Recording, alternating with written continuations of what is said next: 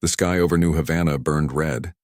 Jake Morrison pressed his back against the concrete wall and checked his rifle.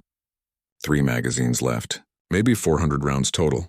He looked at the other soldiers crouched beside him in the ruined spaceport. Their faces were dirty and tired. Some were bleeding. All of them knew what was coming. "How long until the last transport leaves?" Jake asked. Lieutenant Nina Hayes checked her wrist device. 8 minutes. "We just need to hold them for 8 more minutes." Jake nodded. 8 minutes might as well be 8 hours. The Zetharians had been attacking for 3 days straight. The alien warriors were tall, nearly 7 feet, with dark purple skin and 4 arms. Each arm held a weapon. They moved fast and hit hard. Worst of all, they loved to kill. The sound of plasma fire echoed through the spaceport. The aliens were getting closer. Jake could hear their war cries, a horrible shrieking sound that made his teeth hurt. He had heard that sound in his nightmares for the past 3 nights. Now he heard it while awake. "Here they come," someone shouted. The Zetharians poured through the broken entrance like a purple wave. Jake raised his rifle and fired. The first alien dropped, then the second. But there were too many. Always too many. His squad fired in controlled bursts, trying to make every shot count. The air filled with the smell of ozone and burning metal. A plasma bolt hit the wall next to Jake's head. The concrete exploded in hot fragments. One piece cut his cheek. He barely noticed. He kept firing. Beside him, a young soldier named Pete screamed and fell. Jake didn't look. He couldn't look. Looking at the dead would get him killed too. "Fall back to the secondary position," Nina shouted. "Go, go, go!" The squad retreated deeper into the spaceport. Their boots crunched on broken glass and spent shell casings. Behind them, the Zetharians kept coming. Jake fired backward as he ran, not really aiming, just trying to slow them down. One alien jerked and fell. The others stepped over the body without stopping. They reached the secondary position, a makeshift barrier of cargo containers and debris. Jake dove behind it and immediately started shooting again. His rifle was getting hot. The barrel glowed faintly in the dim light. He didn't care. Hot rifle or dead soldier? "Easy choice, transport is loading now," Nina yelled over the noise. 4 minutes. 4 minutes. Jake's magazine ran dry. He ejected it, slammed in a fresh one, kept firing. The Zetharians were getting smarter. They used cover now. They flanked. One group laid down suppressing fire while another moved forward. Jake shot at their muzzle flashes, hoping to hit something. An explosion rocked the spaceport. Part of the ceiling collapsed, crushing 2 aliens underneath. Jake allowed himself a small smile. The engineers had rigged demolition charges throughout the building. If they timed it right, they could bring the whole place down on the aliens' heads. Transport is away. Nina's voice carried relief and sadness mixed together. Civilians are safe. That was good news. The best news.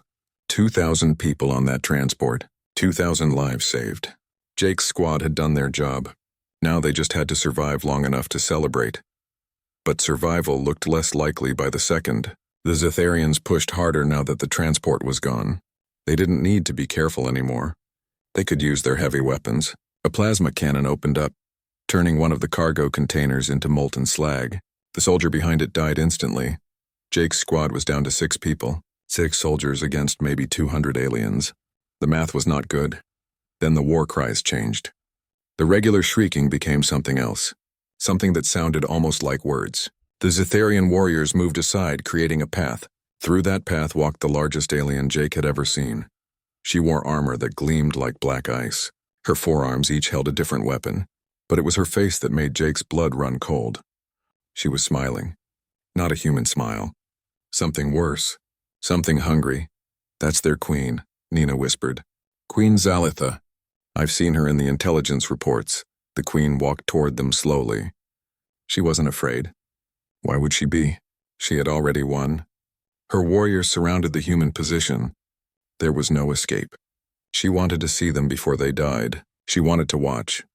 Jake made a decision. He stood up. "What are you doing?" Nina grabbed his arm. "Buying time," Jake said.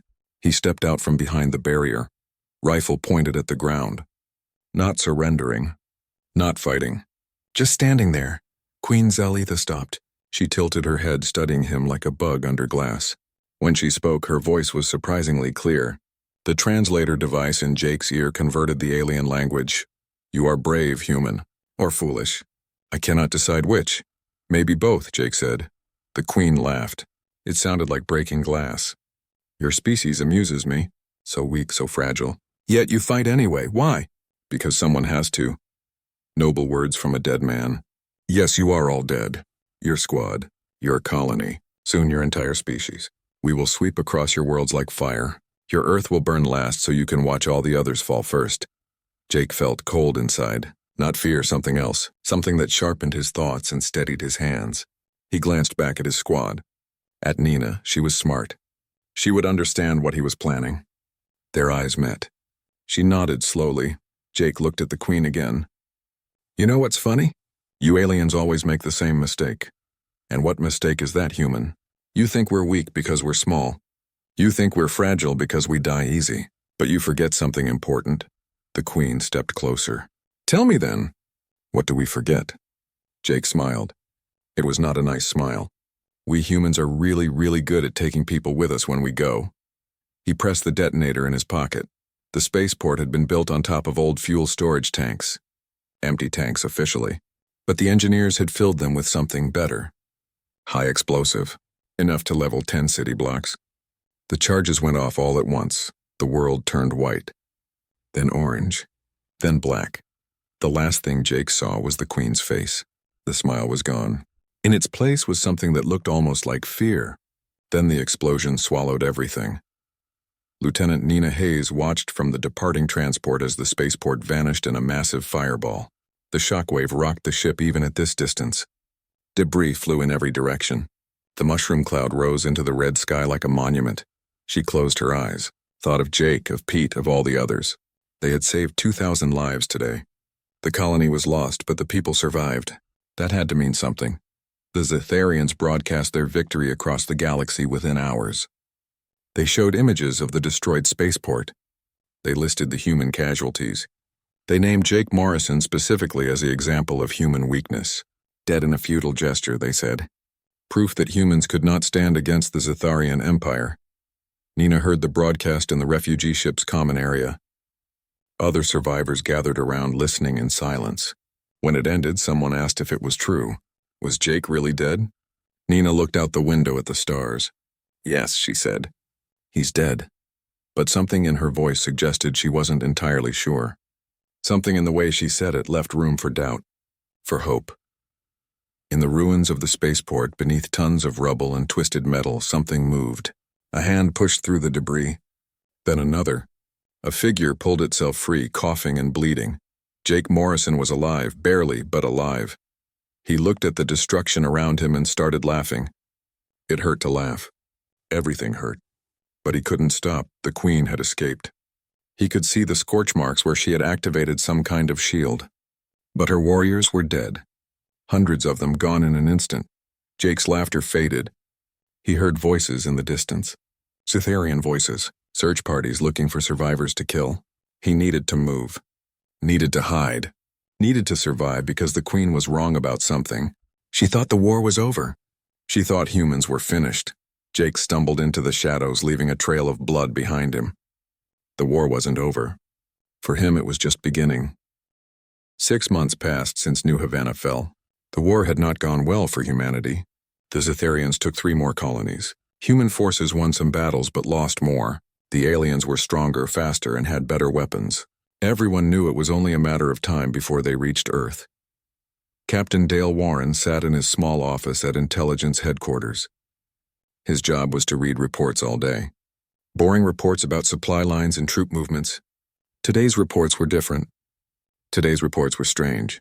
He read the first one again. A Zetharian supply depot had exploded 2 weeks ago. The aliens blamed human sabotage, but no human forces were anywhere near that sector. The second report was similar. A fuel convoy destroyed. No humans within 100 light years. The third report mentioned a Zetharian commander found dead in his quarters. Throat cut. Security footage showed nothing. Dale leaned back in his chair. Someone was hitting the Zetharians behind their own lines. Someone good. Someone invisible, he called his assistant. Get me everything we have on ghost activity in Zetharian space. Every report, every rumor, every intercepted communication. The data came fast. Dale spent 3 days reading through it all. The attacks followed a pattern. They targeted supply lines, command posts, and communication arrays. Small targets. Easy to hit, hard to defend. The kind of warfare a single person could manage. But it wasn't the attacks that caught Dale's attention. It was the biometric data. The Zetharians were careful about security. They collected DNA samples from every attack site, looking for evidence, looking for clues. Most of the samples matched human DNA, which made sense. Humans left genetic material everywhere. Skin cells, hair, sweat. But one sample kept appearing. The same genetic signature at 7 different attack sites across 3 months. Dale ran it through the military database. His screen flashed red. The computer made an angry beeping sound. The genetic signature belonged to Jake Morrison. Status, killed in action. New Havana colony. 6 months ago, Dale sat very still. Either someone was using fake DNA to frame a dead soldier, or Jake Morrison was not actually dead. He printed the report and walked to his supervisor's office. Major Karen Wright looked up from her desk. "This better be good, Dale. I have a meeting in 10 minutes. Jake Morrison is alive." Karen's expression didn't change. "Jake Morrison died at New Havana. We have confirmed reports. The Zetharians broadcast footage of the explosion." "Yes, ma'am. But his DNA keeps showing up at attack sites in Zetharian space." Dale put the report on her desk. 7 sites. Same genetic signature. Either he's alive or someone wants us to think he is. Karen read through the report slowly. Her face was hard to read, but Dale saw something flicker in her eyes. Surprise, maybe, or hope. "I need to bring this to Commander Harris," she said. "Don't tell anyone else about this." "Not yet," Dale nodded and left. Behind him, Karen picked up her secure phone and made a call. Commander Paul Harris led a special operations unit. The kind of unit that didn't officially exist. His teams did the jobs nobody else could do. Rescue missions, assassinations, deep infiltration. When Karen brought him the report about Jake Morrison, he read it 3 times. "You believe this?" he asked. "I believe someone is out there causing trouble for the Zetharians. If it's Morrison, we need to make contact. If it's not, we still need to know who it is." Paul nodded slowly. "I'll assemble a team. How soon can we move?" "Intelligence says the Ghost will hit another target within the week. There's a Zetharian supply depot in the neutral zone. We've intercepted chatter suggesting they're increasing security there. Someone important might be visiting. Then that's where our Ghost will strike." Paul stood up. "I'll have my people ready in 48 hours. He wasn't wrong." 3 days later, surveillance drones detected unusual activity around the Zetharian depot. Someone had cut through their outer perimeter fence. Someone had disabled 3 guard towers without raising an alarm. Someone was inside. Paul's team moved in fast. They used a captured Zetharian shuttle to approach without suspicion. The shuttle landed near the depot's main building. 12 soldiers emerged, dressed in black armor and carrying weapons that made no sound when fired. Sergeant Amy Cole led the infiltration team. She had done this kind of mission before, but never to find a ghost. They entered through a side entrance that someone had conveniently unlocked from inside. The depot's lights flickered. Someone was messing with the power grid. "Split up," Amy whispered into her radio. "Find our Ghost before the Zetharians do." The team moved through the depot like shadows. They passed storage rooms full of ammunition and supplies. Everything was quiet. Too quiet. Then they heard an explosion from the vehicle bay. Not a big explosion, just enough to make a distraction. Amy and 2 others ran toward the sound. They found the bay filled with smoke. Zetharian soldiers rushed around, shouting orders in their language. Nobody noticed the 3 humans slipping through the chaos. In the corner of the bay, Amy saw a figure crouched behind a stack of fuel barrels. Human-sized, moving carefully, setting charges on the barrels with practiced efficiency. The figure wore torn clothing and makeshift armor. A rifle hung across his back. He looked thin, tired, dangerous. Amy raised her hand. Her team stopped. She stepped forward slowly, weapon lowered but ready. "Jake Morrison," she said quietly. The figure spun around, knife in hand. For a moment, Amy saw his face clearly. Scarred, weathered, but definitely human. Definitely Jake Morrison. His eyes were hard and suspicious. "Who's asking?" His voice was rough, like he hadn't spoken much lately. "Sergeant Amy Cole, Human Special Operations. We're here to extract you," Jake laughed. It wasn't a happy sound. "Extract me? I'm not done here. You're one man against an entire army. Whatever you're doing, you can't do it forever. Watch me." An alarm blared throughout the depot. The Zetharians had found the dead guards at the perimeter. Jake cursed and triggered the charges on the fuel barrels. The explosion wasn't huge, but it was enough. Fire spread quickly. Aliens scattered. Your extraction just got complicated, Jake said. He grabbed his rifle and ran for the exit. Amy and her team followed. They made it outside, but barely. Zitharian warriors poured from every building. Plasma bolts lit up the night. Jake moved like he had done this 1,000 times. He knew where to run, where to hide, where to shoot. Amy's team struggled to keep up. A Zitharian commander emerged from the main building. He was bigger than the others, wearing heavy armor and carrying a massive weapon. He spotted Jake and roared something in his language. The translator in Amy's ear converted it. The ghost. Kill him! Jake dropped behind cover and fired 3 shots. All 3 hit the commander's chest. The armor held, but the impact staggered him. Jake used the moment to run again. Our shuttle is 200 meters north, Amy shouted. We can make it. You can make it, Jake said. I'm not leaving. I have intelligence. Critical intelligence about their invasion plans. A plasma bolt hit the ground between them. Amy grabbed Jake's arm. Then come with us and share that intelligence. You can't help anyone if you're dead. Jake hesitated. In that moment of hesitation, Lieutenant Ben Foster brought the shuttle in low and fast. The side door opened. Ben was a crazy pilot. The kind who flew like physics was just a suggestion. The shuttle hovered 3 feet off the ground, engines screaming. Get in, Ben yelled. We've got incoming. Zitharian aircraft appeared on the horizon. Small, fast fighters. They opened fire. The shuttle's shields flared as plasma bolts hammered against them. Amy's team returned fire, buying seconds. Jake looked at the shuttle. Looked at Amy, made a decision. Fine, but I'm coming back here. I have unfinished business. They ran for the shuttle together. The team piled in. Ben pulled up hard just as a plasma bolt scorched the ground where they had been standing. The shuttle's engines roared. They climbed fast, dodging fire from the pursuing fighters. Inside the shuttle, Jake slumped against the wall. He was bleeding from several wounds. Amy's medic started patching him up. Jake didn't seem to notice. He stared at nothing, his mind somewhere else. You said you have intelligence, Amy said.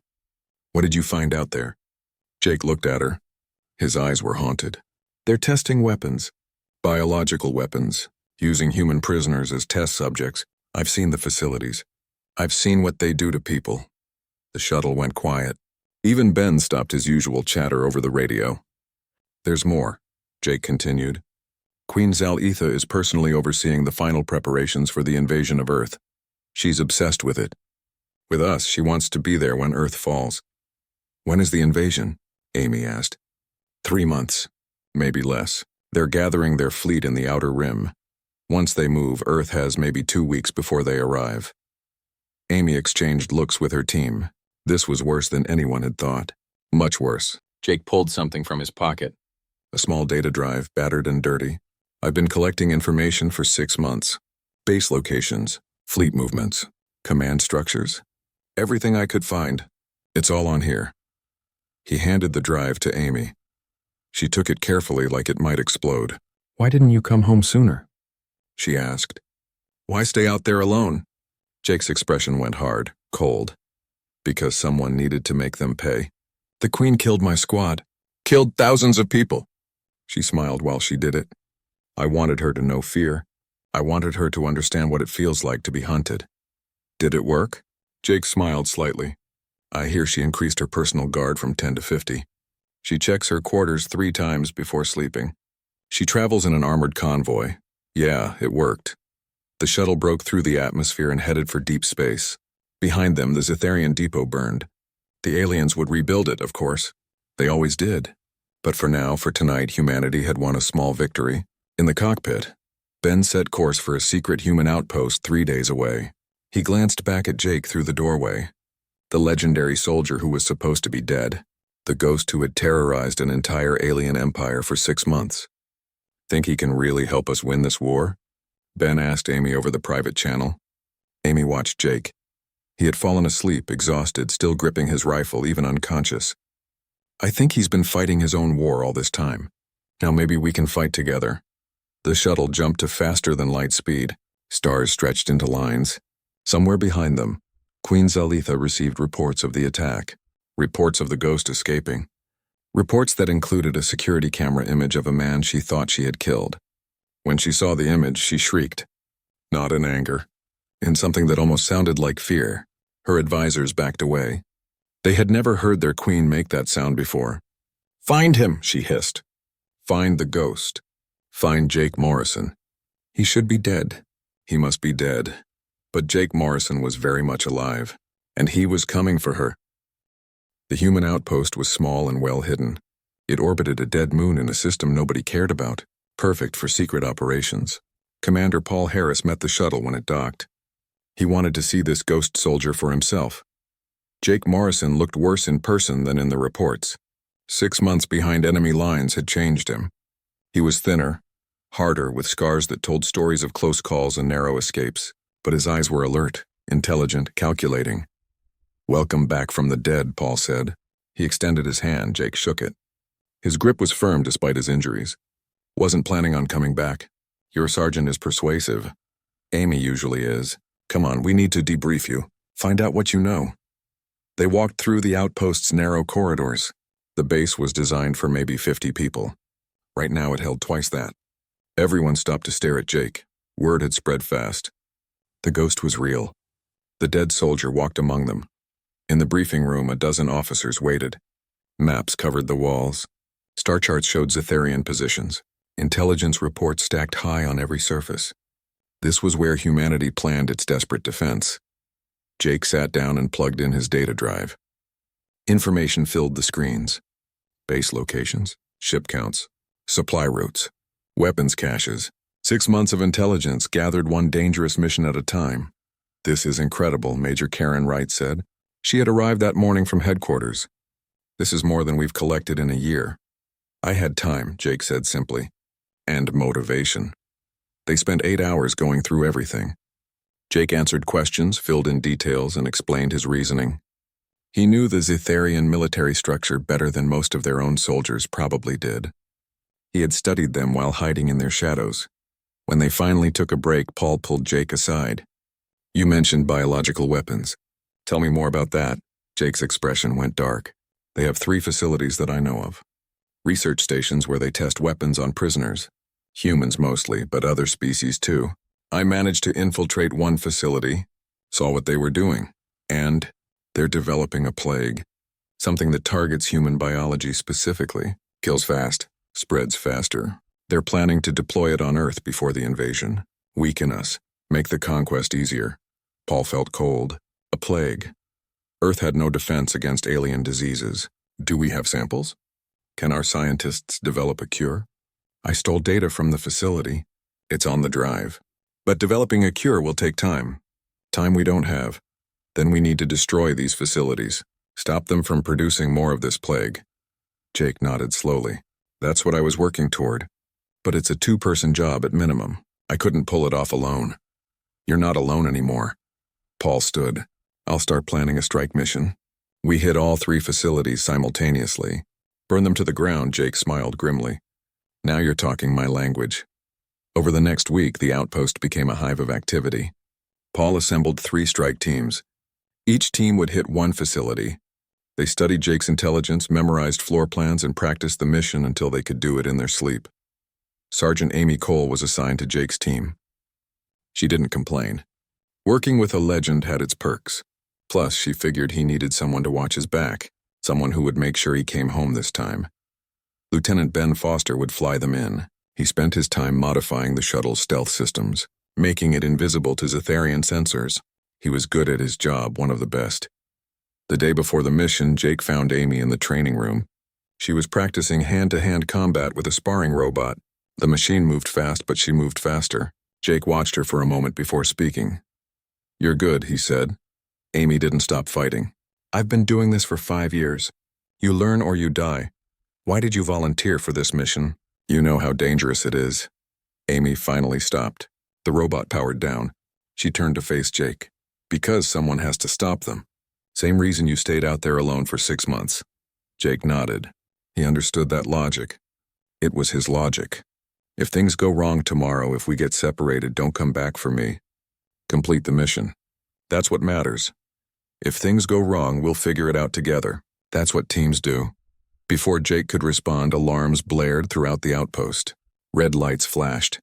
Everyone ran for their stations. Something was wrong. Paul's voice came over the intercom. All hands to battle stations. We have incoming Zetharian ships. Multiple contacts! Jake and Amy sprinted for the command center. The screen showed a dozen Zetharian fighters approaching fast. Behind them, a larger ship. A destroyer. The outpost defenses activated, but everyone knew they couldn't win this fight. The base was meant to stay hidden, not wage war. How did they find us? Someone shouted. Paul was already pulling up sensor logs. They've been scanning this system for the past hour. They're searching for something. They're searching for me, Jake said quietly. Everyone turned to look at him. The Queen knows I escaped. She's hunting me. A Zetharian voice crackled over the radio. The translator converted it. Attention, human outpost. We know you harbor the one called Jake Morrison. Surrender him and we will let the rest of you live. Resist and we will destroy you all. The command center went silent. All eyes on Jake. He stood very still thinking. The math was simple. 1 life for 50. Easy choice, right? Don't even think about it, Amy said. We're not handing you over. She's right, Paul agreed. We have a mission to complete. Those biological weapons need to be destroyed. You're the only one who knows the facilities well enough to guide us in. Jake looked at the screens, at the approaching ships, at the people around him. People who were willing to fight and die rather than surrender him. He hadn't felt part of a team in 6 months.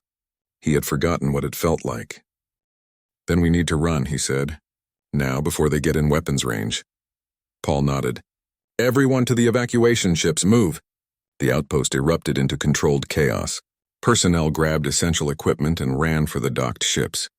Ben had 3 shuttles ready to fly. They could carry everyone if they packed tight. The Zetharian fighters opened fire. Plasma bolts hammered the outpost shields. Alarms wailed. Structural supports groaned under the assault. The base wouldn't last long. Jake, Amy, and Ben reached their shuttle last. They sealed the door just as part of the outpost's outer hull exploded. The base was dying. They had seconds, maybe less. Everyone's off, someone radioed.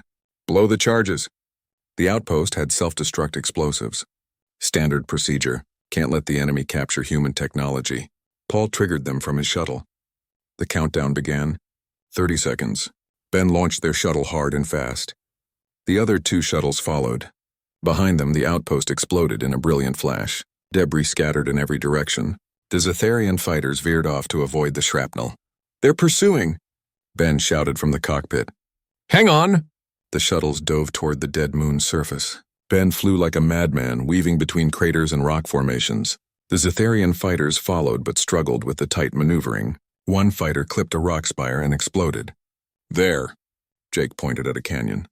Fly through there. It's narrow. The fighters are too big. Ben didn't hesitate. He shot into the canyon at full speed. The walls were close enough to touch. One wrong move and they would crash. Behind them, the Zetharian fighters broke off. They couldn't follow. But the destroyer could still track them from orbit. It fired missiles, big ones, the kind that didn't care about narrow canyons. Missiles incoming, Ben warned. 6 of them.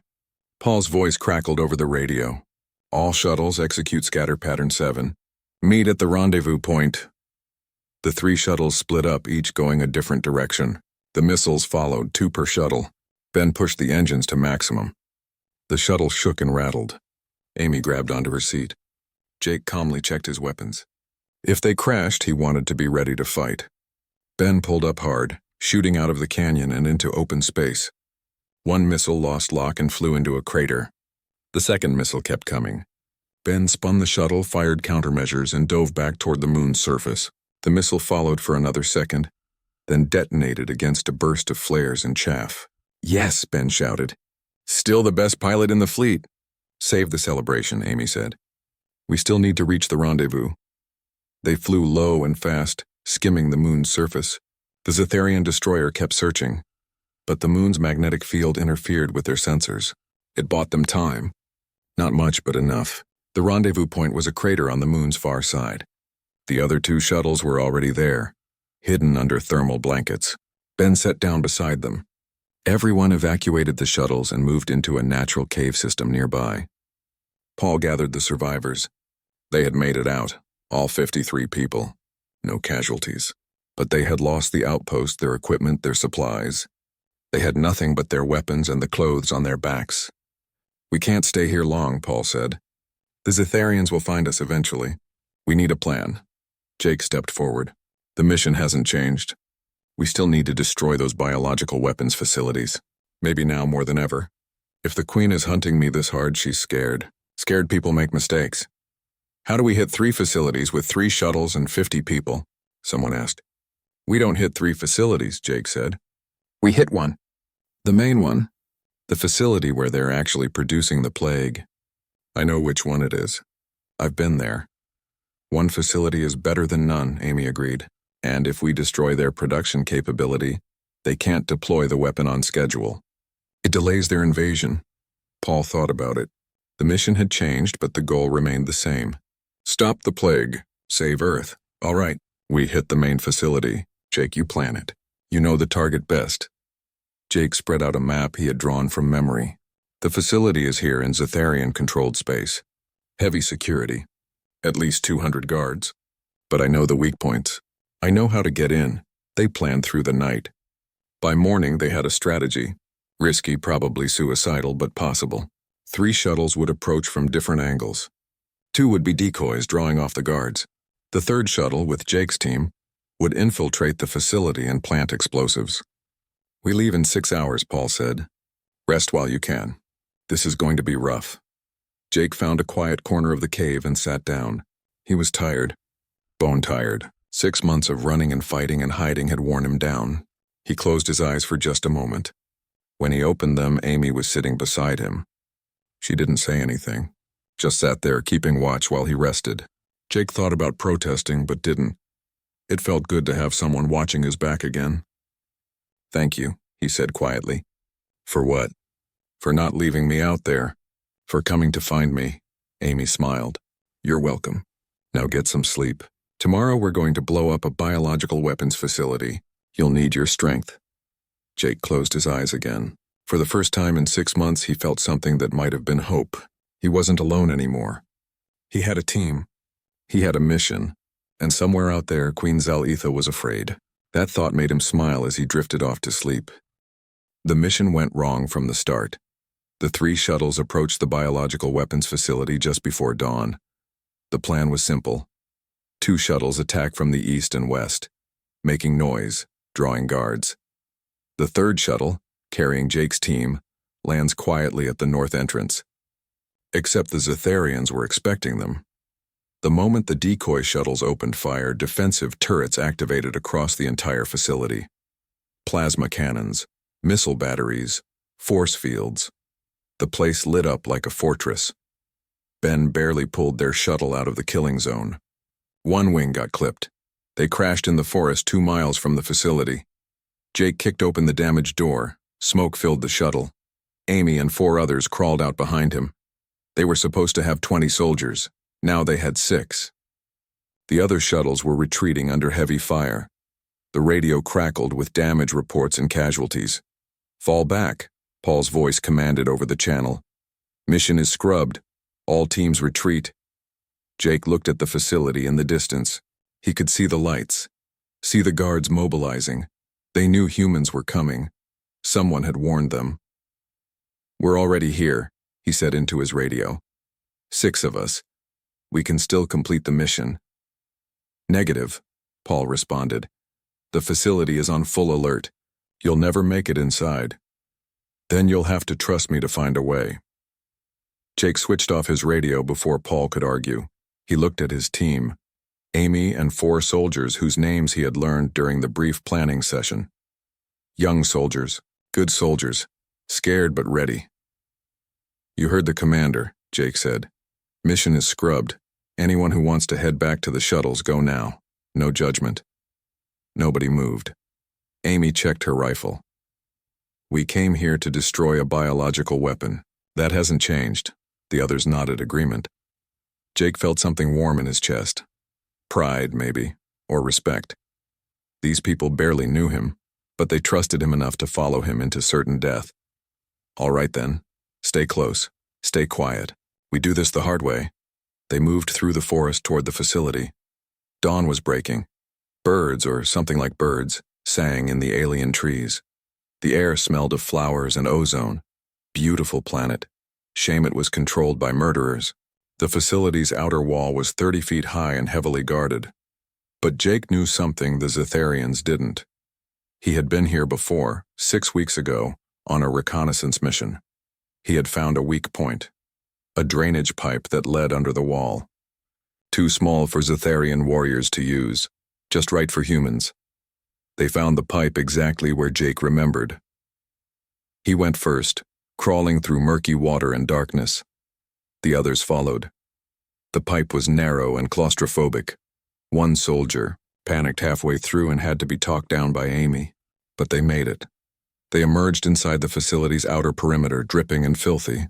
Guards patrolled everywhere, Zetharian warriors in full combat armor. They moved in pairs, weapons ready. The base commander had clearly increased security. Jake's earlier raids had made them paranoid. Good. How do we get past all these guards? Whispered one of the soldiers, a young man named Chris. Jake pointed to a service building. Maintenance entrance.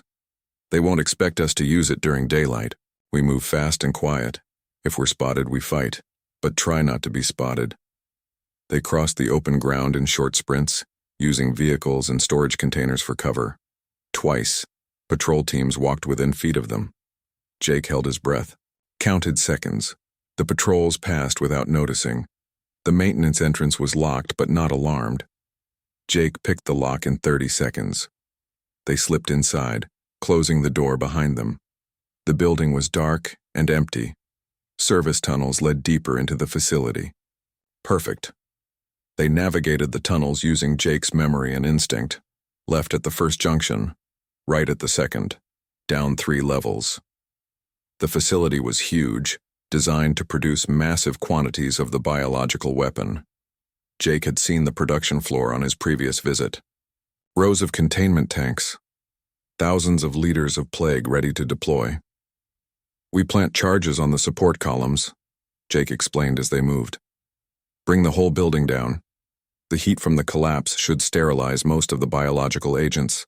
Most? Amy asked. Better than nothing. They reached the production floor's service level. Through metal grating above their heads, Jake could see the containment tanks. Purple liquid glowing inside sealed vessels, each tank labeled with Zetharian writing. The translator in his ear converted one label, Batch 47, Human Extermination Strain, 98% lethality. Jake felt his blood run cold. 98%. 2 out of every 100 people might survive. Earth's population was 8 billion. That meant 7,800 million dead. Almost everyone he knew, everyone he had ever met. Let's blow this place to hell, he said. They split up to plant charges faster. Jake and Amy took the east columns. Chris and another soldier took west. The last 2 took south. They had 15 charges total, enough to bring down a building twice this size. They set timers for 20 minutes. That should give them enough time to escape. Should. Jake was setting his 4th charge when he heard shouting. Zetharian voices, angry and urgent. Then gunfire. Human weapons, the sharp crack of rifles echoing through the facility. We've been spotted, Chris's voice on the radio. Guards everywhere, we're pinned down. Fall back to the rendezvous point, Jake ordered. He triggered his charges early, setting the timers for 5 minutes instead of 20. No time to be careful now. Amy, how many charges did you place? 3. Going for the 4th now. Forget it, we're leaving. 5 minutes until this place goes up. They ran.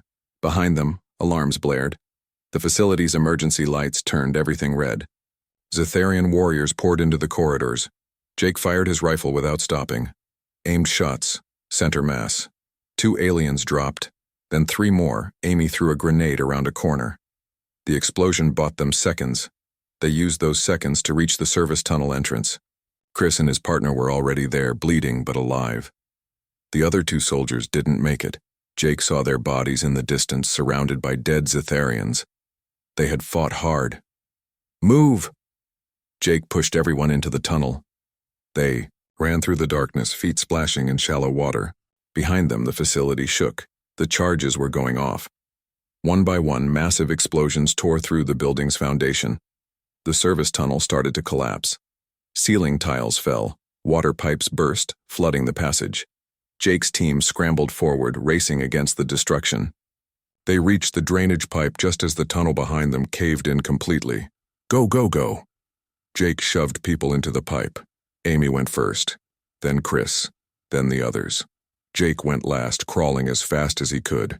Behind him, the entire facility groaned like a dying beast. The ground shook. Debris rained down. They emerged from the pipe into daylight and fresh air. Jake looked back. The facility was collapsing in on itself. Flames shot hundreds of feet into the sky. Secondary explosions as the containment tanks ruptured. Purple liquid vaporized in the heat, leaving nothing but ash and smoke. "Run!" Amy shouted. "The contamination cloud!" They ran into the forest. Behind them, the purple smoke spread. But Jake had calculated right. The heat was destroying the biological agents. What little reached them was degraded and harmless. Probably. He hoped. They ran for 2 miles before stopping. All of them were exhausted. 2 were wounded. But they were alive, and the facility was destroyed. Billions of liters of plague gone. The Queen's bioweapon program set back years. Jake's radio crackled, Paul's voice full of static but clear enough. "Jake, report. What's your status?" "Mission accomplished. Facility destroyed. 4 survivors from my team. We need extraction. Extraction team is on the way. Ben's coming to get you. But Jake, we have a problem. A big problem." "What kind of problem?" "The Zetharian fleet is moving. All of it. Every ship they have. They're heading for Earth right now. The invasion is happening ahead of schedule." Jake felt the world drop away. "How long do we have?" 2 weeks. Maybe less. 2 weeks. Earth had been preparing for 3 months of warning. Now they had 2 weeks. Not enough time. "Not nearly enough time. I'm sending you to Earth," Paul continued. "You need to brief military command. Tell them everything you know about Zetharian tactics. Help them prepare. What about you?" "I'm taking my teams to harass the Zetharian fleet. Slow them down any way we can. Every hour we buy Earth is another hour to prepare." Ben's shuttle appeared over the treetops. It landed in a small clearing. The side door opened. Ben waved them over. "Come on! We need to move fast." Jake's team climbed aboard. As the shuttle lifted off, Jake looked out the window. Smoke still rose from the destroyed facility. One small victory in a war humanity was losing. But one victory was better than none. The flight to Earth took 4 days. They stopped twice to refuel at hidden stations. Each time they received updates. The Zetharian fleet was making good time. Admiral Frank Stevens, commander of Earth's defense, was mobilizing every ship humanity had. It wouldn't be enough. Everyone knew it wouldn't be enough. When they finally reached Earth orbit, Jake saw the defensive preparations. Satellites armed with missiles. Orbital weapons platforms. Minefields. The moon bristled with gun emplacements. Humanity had turned its home system into a fortress. It still wouldn't be enough. A military transport brought Jake and Amy to Earth Defense Command. The headquarters was buried deep underground, protected by layers of rock and reinforced steel. Hundreds of officers worked at computer stations coordinating the defense. Giant screens showed real-time data from across the solar system. Admiral Frank Stevens met them personally. He was an older man with gray hair and tired eyes that had seen too many defeats. "Jake Morrison, the ghost. Hell of a reputation you've built. Reputation doesn't stop an invasion, sir." "No, but intelligence does. Major Wright tells me you know more about the Zetharian military than anyone alive. We need that knowledge, now." They spent 6 hours in briefings. Jake described Zetharian ship classes, weapon systems, tactical doctrines. He explained their command structure, their communication protocols, their standard formations. Everything he had learned in 6 months of watching and fighting. "They're arrogant," Jake said. "They think humans are weak. Use that. Hit them where they don't expect it. Make them bleed. Even if you can't win, make sure they remember Earth as the place that fought back." Major Karen Wright had joined them for the briefing. She studied the tactical displays. "They'll come in 3 waves. First wave to overwhelm the outer defenses. Second wave to establish orbital superiority. Third wave for ground invasion. Can we stop them? Admiral Stevens asked. Karen looked at Jake. Jake looked at the screens. At Earth hanging in space, blue and beautiful and fragile. 2 weeks ago, he had been ready to die fighting the Zitharians alone. Now he had a chance to defend his home world. To face the Queen again. We can make them wish they hadn't come, Jake said. And maybe that's enough. Admiral Stevens nodded slowly. Major Wright, work with Morrison to develop a detailed defensive strategy. I want every advantage we can get. We have 12 days before they arrive. Let's make them count. Jake spent those 12 days planning. He barely slept, barely ate, just worked, converting 6 months of hard-won knowledge into defensive strategies. Amy stayed with him, making sure he didn't work himself to death. On the 10th day, sensors picked up the Zitharian fleet at the edge of the solar system. The invasion had begun. Admiral Stevens gave a speech to the defense forces. Something about honor and duty and fighting for humanity's future. Jake didn't listen. He was checking his rifle, counting ammunition, preparing for what came next. You don't have to fight, Amy said. You've done enough. More than enough. Jake looked at her. The Queen is coming here personally. She wants to watch Earth burn. I need to be here when she arrives. To kill her? To make her understand what she started. To show her that dead men make the best soldiers. Because dead men have nothing left to lose. The Zitharian fleet moved through the solar system like a purple tide. Hundreds of ships, maybe thousands. They swept aside the outer defenses easily. Human ships fought hard but were outnumbered 10-1. The battle moved toward Earth orbit, closer, closer. Jake stood in the command center watching it unfold, the greatest battle in human history. The battle that would decide if humanity survived or became extinct. The screen showed ships exploding. Human ships mostly. But some Zitharian vessels went down too. Humanity was fighting back, making them pay for every inch of space. The Queen's flagship just entered sensor range, an officer reported. She's broadcasting something. Queen Zal-Etha's face appeared on the main screen.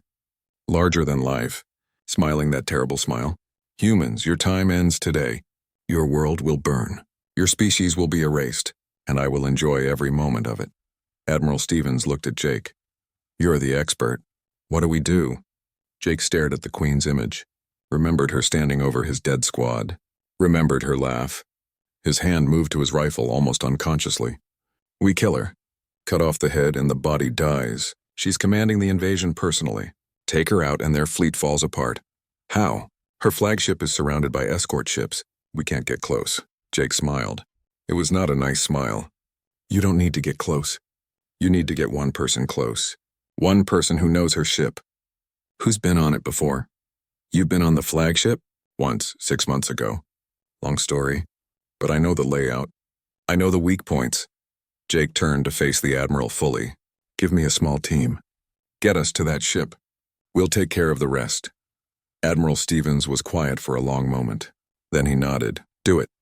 Captain Hayes will go with you. Amy straightened. Sir? You kept him alive this long. Keep him alive a little longer. We need that Queen dead. Jake and Amy looked at each other. This was it. The final mission. They both knew the odds of surviving. The odds were not good. We'll need a way onto that flagship, Jake said. I'll get you there, a voice said from the doorway. Ben Foster walked in, looking tired but determined. Been flying people into impossible situations all week. What's one more? Jake nodded. His team was forming. 3 people against an entire flagship. The math was terrible. But sometimes terrible math was all you had. They had 6 hours before the Queen's flagship reached Earth orbit. 6 hours to plan an impossible mission. 6 hours before Jake faced the alien Queen who had tried to kill him once before. This time only one of them would survive. The space around Earth looked like hell. Ships exploded in brilliant flashes. Plasma bolts crossed the darkness like falling stars. Human defense platforms fired everything they had. The Zitharian fleet kept coming, absorbing losses that would have broken any human force. Ben piloted the small infiltration craft through the chaos. It was barely larger than a fighter, painted black, covered in stealth plating. Behind him, Jake and Amy checked their weapons for the 10th time. They wore captured Zitharian armor modified to fit human bodies. It wouldn't stand up to close inspection, but from a distance they might pass for aliens. Queen's flagship dead ahead, Ben announced. That's one big ship, he wasn't exaggerating. The flagship dwarfed everything around it. A massive vessel, more mobile fortress than ship. Weapon batteries covered every surface. Fighter craft swarmed around it like angry insects. Getting inside would be nearly impossible. There, Jake pointed at a hangar bay on the ship's port side. Fighter resupply point. They're launching and landing constantly. Too busy to check every ship carefully. You hope, Amy muttered. I know. I watched them for 3 days when I was planning to sabotage that ship. They get sloppy when they're busy. Ben lined up his approach, matching speed with a group of returning Zitharian fighters. The infiltration craft looked nothing like a Zitharian fighter. But in the chaos of battle, with ships everywhere, maybe nobody would notice one more small craft. They slipped into the hangar bay behind 2 damaged fighters. The bay was enormous, designed to hold hundreds of craft. Maintenance crews swarmed over damaged ships. Officers shouted orders. Alarms blared. Perfect chaos, perfect cover. Ben sat down in a maintenance area away from the main activity. I'll wait here as long as I can. If you're not back in 2 hours, I'm leaving without you. Fair enough, Jake said. He and Amy climbed out. They moved through the hangar like they belonged there. Heads up, confident. The Zitharian armor helped. From a distance, they looked like any other warrior. A Zitharian officer shouted something at them. The translator converted it. You two. Where are you going? Jake thought fast. He had studied their language enough to speak basic phrases. He responded in rough Zitharian. Medical bay, injured. The officer waved them off and turned to yell at someone else. Crisis averted. They kept walking, leaving the hangar behind. The flagship's interior was a maze of corridors and chambers. Thousands of Zitharians worked and lived here. Finding the Queen would be difficult, but Jake had an advantage. He had been on this ship before during his Ghost campaign. He had memorized the basic layout. The throne room was in the ship's center, surrounded by layers of security. They would need to fight their way through. How many guards between us and the Queen? Amy asked quietly. 50 at minimum. Maybe 100 if she increased security after my previous visit. Those are terrible odds. Yes, they are. They moved deeper into the ship. Twice they passed groups of Zitharian warriors. Both times they kept their heads down and kept walking. The armor worked. As long as nobody looked too closely, they were invisible. They reached a security checkpoint. 4 guards and a scanner. No way around it. No way through without being detected. Jake looked at Amy. She nodded.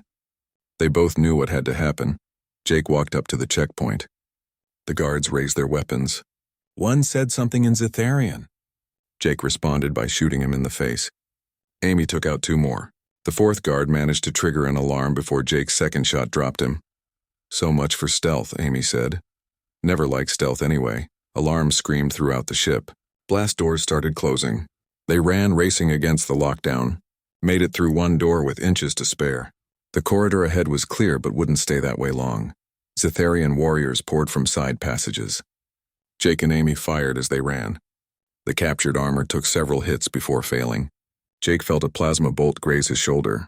Pain flared, but he ignored it. Kept running, kept shooting. They fought through 2 more security checkpoints. Dead aliens piled up behind them.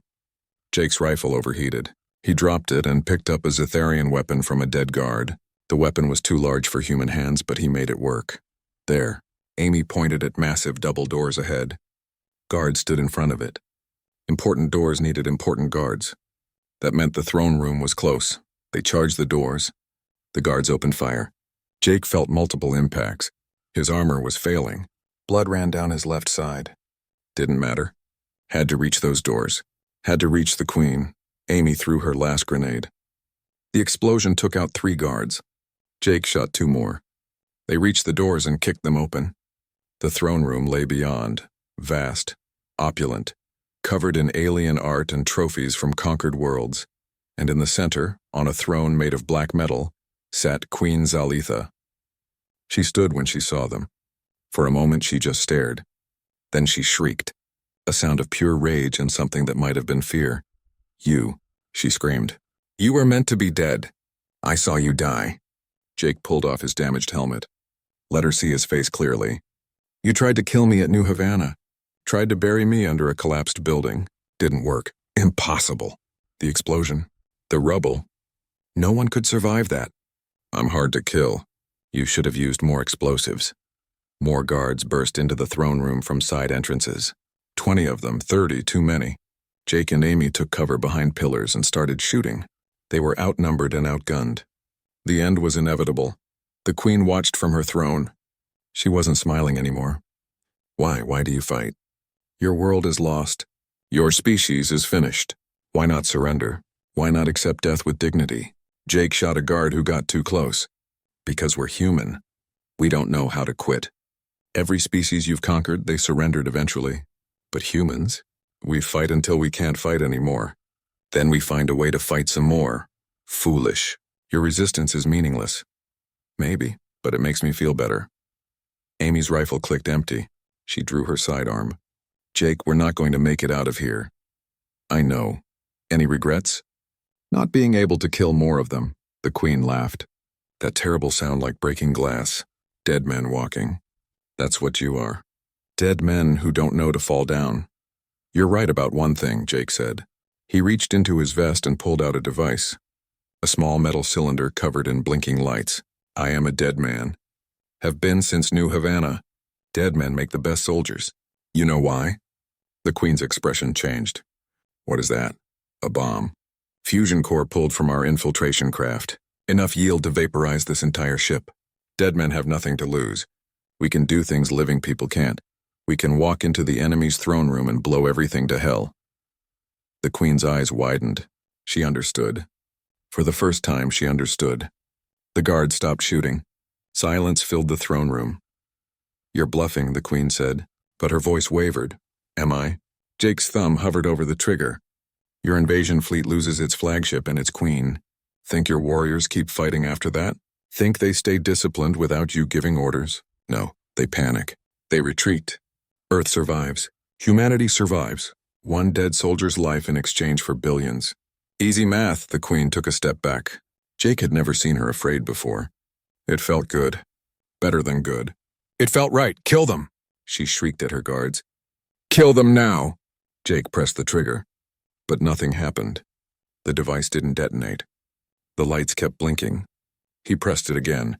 Still nothing. The queen started laughing. Foolish human. Did you really think I wouldn't have dampening fields? Your bomb cannot detonate in my throne room. All technology is shielded. Jake looked at the device. Looked at Amy. She was bleeding badly. They had seconds left. He had failed. After everything, he had failed. Then Amy spoke. Hey Jake, remember what you said at New Havana? About taking people with us? Jake understood. Yeah, I remember. They looked at each other one last time. No words needed. They both knew what came next. Jake pulled every remaining grenade from his vest. Amy did the same. Together they had 8 grenades. Not a fusion bomb, but enough. The queen realized what they were doing. No, guards, stop them. Too late, Jake and Amy pulled the pin simultaneously. They charged the throne, running as fast as their wounded bodies allowed. The guards shot them. Jake felt impacts, but his body kept moving. Training, adrenaline, pure stubbornness. They reached the queen's throne. She tried to run. Her forearms reached for weapons, too slow. Jake grabbed her with both hands, holding tight. Amy wrapped her arms around both of them. You were right, Jake said. Dead men walking. See you in hell. The grenades detonated. Outside the flagship, Admiral Stevens watched through the command center's view screen. The Zitharian flagship shuddered. Then a series of explosions rippled through its center section. Small explosions, nothing that should threaten a ship that size. But then something changed. The flagship's power core destabilized. Jake's bombs might not have worked, but the grenades had damaged critical systems. The containment failed. The ship's own reactor went critical. The flagship exploded, a brilliant flash that briefly outshone the sun. Debris scattered in every direction. Escort ships nearby were destroyed by the blast wave. The entire Zitharian formation fell into chaos. My God, someone whispered in the command center. Admiral Stevens watched the destruction. Morrison did it. He actually did it. Without their queen, the Zitharian fleet lost coordination. Commanders argued over who was in charge. Some ships retreated. Others broke formation. The disciplined invasion force became a confused mob. Human defenders pressed the advantage. Ship after ship fell to concentrated fire. The battle turned. Slowly at first, then faster. The Zitharians had never fought without their queen directing them. They didn't know how. Panic spread through the fleet. More ships retreated, then whole squadrons. Then the entire fleet was running, jumping to faster than light speed and fleeing the solar system. Earth had won, barely, at terrible cost, but won. In the command center, people cheered, celebrated, hugged each other. Admiral Stevens sat down heavily in his chair. They had done the impossible, defeated a superior enemy through courage and sacrifice. Major Karen Wright approached him. "Sir, what do we tell the fleet about Morrison and Hayes?" Stevens was quiet for a moment. "Tell them the truth." They boarded the enemy flagship, confronted the Queen, sacrificed themselves to save Earth, their heroes, both of them. The message went out across all human channels. Jake Morrison and Amy Hayes, who gave everything to protect their home. The story spread fast. Within days, everyone in human space knew their names, knew what they had done. Memorial services were held on Earth. Thousands attended. Veterans, civilians, people who had never met Jake or Amy but owed them their lives. Admiral Stevens gave a speech about duty and sacrifice, about ordinary people doing extraordinary things. Nina Hayes attended the service. She had been promoted to major after the battle. She wore her dress uniform and stood at attention while the Admiral spoke. When the ceremony ended, she walked to the memorial wall where names of the fallen were engraved. She found Jake's name, traced it with her finger. "You did it," she said quietly. "You saved us all. You crazy, stubborn bastard, you actually did it." She placed a flower at the base of the wall and walked away. The war didn't end with the Queen's death. The Zetharian Empire continued fighting for another 2 years. But they never invaded Earth again, never came close to human core worlds. Something had changed. The aliens who had thought humans were weak now treated them with caution, with respect, with fear. Stories of Jake Morrison spread through the Zetharian fleet, the ghost soldier who refused to die, who fought alone for 6 months behind enemy lines, who infiltrated the Queen's flagship and killed her. The stories grew with each telling becoming legend. Human recruitment centers used Jake's story in their advertisements. Join the Defense Forces. Be like Morrison. Protect humanity. Volunteers flooded in. The human fleet grew larger and stronger. Within 5 years, humanity went from struggling to survive to expanding into new territory. 10 years after the battle, a research team was examining debris from the Queen's flagship. They found a section of the throne room mostly intact. Inside, they discovered something interesting. 2 bodies. Human bodies. Frozen in vacuum. Dead for a decade but preserved by the cold of space. DNA tests confirmed it. Jake Morrison and Amy Hayes. They brought the bodies home to Earth, gave them proper burials with full military honors. Thousands attended. The entire planet mourned. But something else happened too. The research team found data cores in the wreckage, records from the Zetharian Empire, documents about their invasion plans, lists of other species they planned to conquer. Humanity shared this information with their alien neighbors, species that didn't know they were next on the Zetharian list. An alliance formed. Dozens of species united against the Zetharian threat. The empire that had terrorized the galaxy for centuries suddenly faced organized resistance. Within 20 years, the Zetharian Empire collapsed. Their territory divided among the allied species. Their queen's dynasty ended forever. And it all started with one soldier who refused to die, who kept fighting when everyone thought he was dead, who walked into the enemy's stronghold and changed the course of history.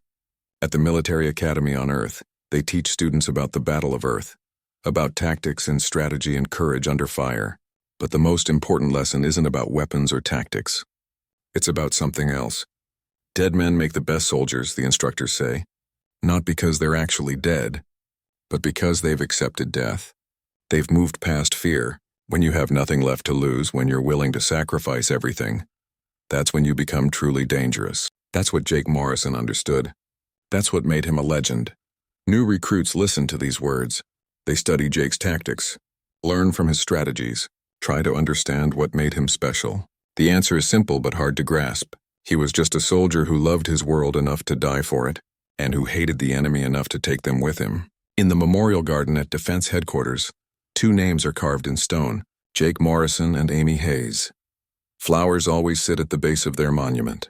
Fresh flowers, every day, placed by people who never met them but owe them everything. Sometimes veterans stand there reading the names, remembering the battle, remembering the sacrifice, They salute and walk away, carrying the memory with them.